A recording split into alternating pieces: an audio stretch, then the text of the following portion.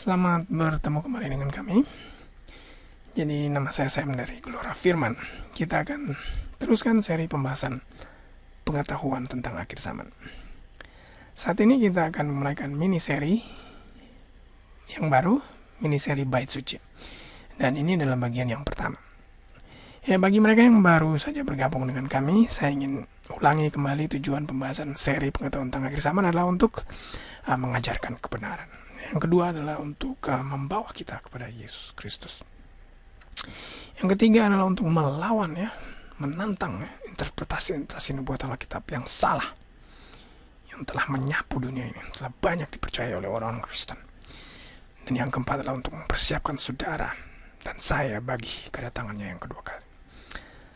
Saat ini kita akan mempelajari khusus tentang bait suci ya. Melalui pembahasan bait suci ini kita akan bisa mengetahui banyak sekali rahasia-rahasia di kerajaan sorga. Teristimewa rahasia tentang peristiwa-peristiwa akhir zaman yang sangat berhubungan dengan kita oleh karena kita hidup pada akhir zaman. Baiklah, kita akan buka Ibrani 8 ayat 1 dan 2 sebagai ayat yang pertama. Ini Ibrani 8 ayat 1 dan 2. Inti segala yang kita bicarakan itu ialah kita mempunyai imam besar ya. Duduk di sebelah tahta yang maha besar di sorga, dan yang melayani ibadah di tempat kudus, yaitu di dalam kemah sejati yang didirikan oleh Tuhan dan bukan oleh manusia. Jadi Yesus di sini adalah imam besar. Dia duduk di sebelah kanan tahta Allah yang maha besar di sorga. Pekerjaannya adalah apa? Melayani di tempat yang kudus, dalam kemah sejati yang dia sendiri dirikan. Tentunya ayat ini akan mematahkan asumsi-asumsi yang mengatakan bahwa di kerajaan surga tidak ada bait suci. Jelas sekali Paulus mengatakan ada. Dan banyak juga yang beranggapan bahwa Yesus tidak memiliki pekerjaan di kerajaan surga. Salah sekali. Yesus melayani di ibadah di tempat yang kudus. Dan profesinya ya, kalau kita misalnya ada insinyur, dokter, perawat, Yesus punya profesi adalah imam besar yang mengantarai antara umat Allah dengan Bapa sendiri. Ya, tentunya kalau kita bandingkan ini dengan zaman perjanjian lama, saudara bisa lihat di sini, dia berfungsi sama seperti seorang imam di bait suci duniawi ya. Jadi orang Israel di sini berbuat dosa, maka dia harus melewati pengantaran seorang imam agar supaya dia bisa diampuni dan diterima. Ya, dengan melihat kepada kematian Kristus di kayu salib. Nah, kita yang hidup sesudah kayu salib tentunya kita sudah diselamatkan ya, dan melalui proses pengantaran Yesus Kristus kita bisa diampuni dosa-dosa kita. Jadi jelas sekali dalam ayat ini kita bisa mengambil kesimpulan bahwa kita tidak memerlukan lagi imam besar di atas dunia ini, karena kita sudah memiliki imam besar di sorga ya, yaitu Yesus Kristus. Dan jelas sekali kita juga tidak perlu lagi bait suci di dunia ini, tidak perlu bait suci seperti bangsa Israel lain. Karena apa? Karena sudah ada di kerajaan sorga. Jadi cuma satu bait suci sekarang, yaitu yang ada di kerajaan sorga. Nah, pada ayat yang kedua kita lihat bahwa Yesus melayani bait suci sorga. Jadi dia bekerja ya, melakukan sesuatu bagi kita, bukan diam-diam saja. Paulus katakan bahwa Yesus menjadi pengantara bagi kita, sama seperti imam jadi pengantara bagi bangsa Israel pada zaman dahulu. Maka Yesus adalah pengantara bagi kita pada saat ini. Jadi seperti ini ya, saya jelaskan. Kalau misalnya kita berbuat dosa dan kita memang benar-benar mau diampuni, artinya apa? Kita mau kita bertobat dan kita percaya bahwa Yesus adalah imam besar, maka Yesus akan memberikan ya. Saya berikan sedikit ilustrasi di sini. Yesus akan memberikan rahmatnya melalui apa? Melalui darahnya yang tercurah di kayu salib untuk mengampuni dan menyucikan kita.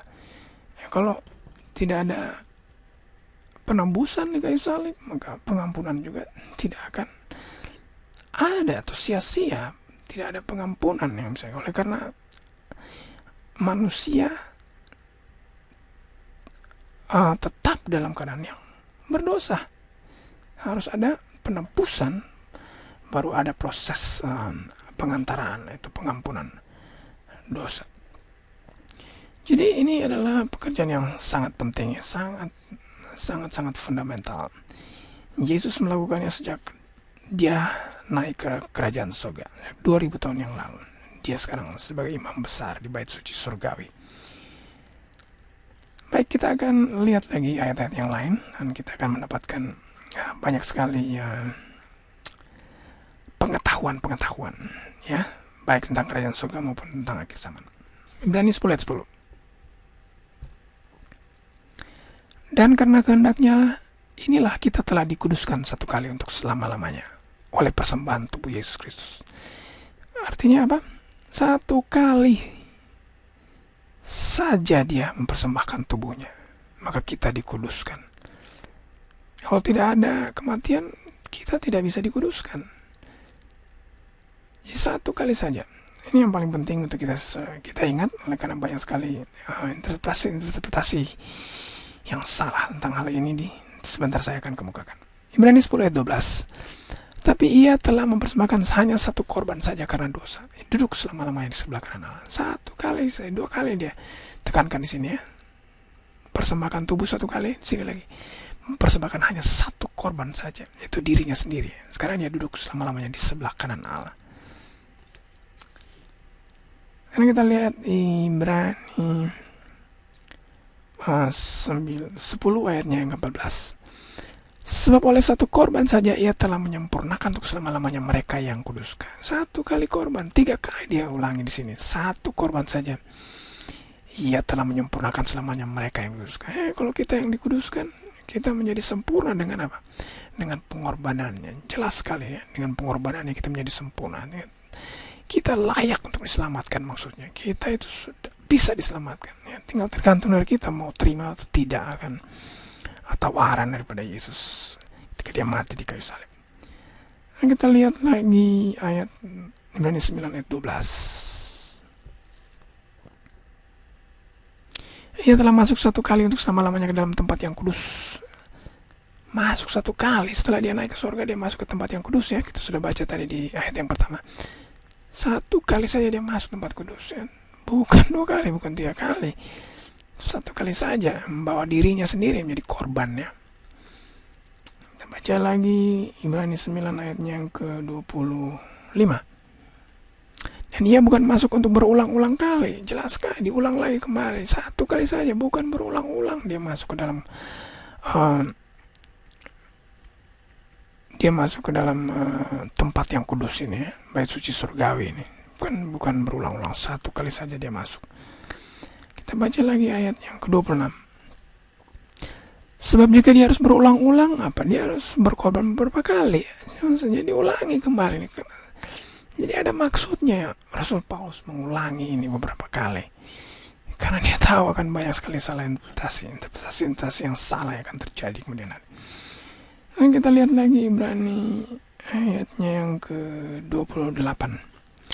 Demikian pula Kristus hanya satu kali mengorbankan diri. Cuma satu kali dia korbankan diri. Sebab itu, sesudah itu ia akan menyatakan dirinya sekali lagi tanpa menanggung dosa. Artinya apa? Dia akan datang di dunia ini untuk menjemput kita, menyelamatkan kita, menganugerahkan keselamatan bagi mereka yang menantikan dia. Lihat ini konsep satu kali. Jangan sampai kita lupa. Yang saya simpulkan, satu kali dia datang, mati satu kali saja. Dia naik ke surga, dia masuk ke kemah yang kudus satu kali saja. Lalu dia datang satu kali saja untuk menganugerahkan keselamatan kepada kita. Kenapa teologi Paulus ini sangat penting ya? Ini inspirasi daripada Roh Allah tentunya. Sekarang ini kan ada gereja yang besar yang pada saat melakukan pemecahan roti mereka mengatakan bahwa Yesus kembali dikorbankan. Jelas-jelas dari ayat itu dikatakan satu kali saja, tidak dikorbankan beberapa kali. Tentunya saudara juga sudah mengikuti video-video saya sebelumnya tentang doktrin diambil dari seri buku Left Behind yang mengajarkan bahwa Yesus naik ke surga menjadi imam besar, nanti akan keluar dari kemah kudus, datang ke dunia ini, menjemput umatnya, bawa mereka ke surga, lalu masuk kembali ke kemah suci, meneruskan pekerjaannya sebagai imam besar, mengantarai selama 7 tahun, lalu datang lagi ketiga kalinya untuk menyelamatkan lebih banyak orang. Jelas-jelas hal ini tidak sesuai dengan ayat-ayat yang kita sudah baca tadi. Sebetulnya sangat mudah ya untuk mengerti kata satu, walaupun orang tidak terlalu bisa matematika, tapi pikir dalam hal ini sangat sederhana untuk dimengerti. Kita baca lagi Ibrani 9 ayat 12, masuk satu kali untuk selama-lamanya tempat yang kudus. Ibrani 9 ayat 28, dirinya sekali lagi dia datang untuk menganugerahkan keselamatan. Jadi kalau dia masuk, dia keluar untuk menyelamatkan kita satu kali aja. Yesus datang untuk menjemput kita, setelah itu tidak ada lagi kesempatan yang kedua. Sejak dia naik, kita belum melihatnya hingga kini. Tapi kita harus terus menantikan dia. Dia akan muncul dengan penuh kemuliaan. Jadi saudara, sekaranglah waktunya. Tinggalkan dosa-dosa kita. Bertobat. Supaya kita boleh diselamatkan. Sudahkah saudara mengakui dosa-dosa saudara? Percayakah saudara Yesus adalah satu-satunya imam tempat yang kudus di surga? Saya berdoa agar kita semua bisa berada dalam kelompok yang akan dijemput oleh Yesus Kristus bila dia datang nanti pada hari yang besar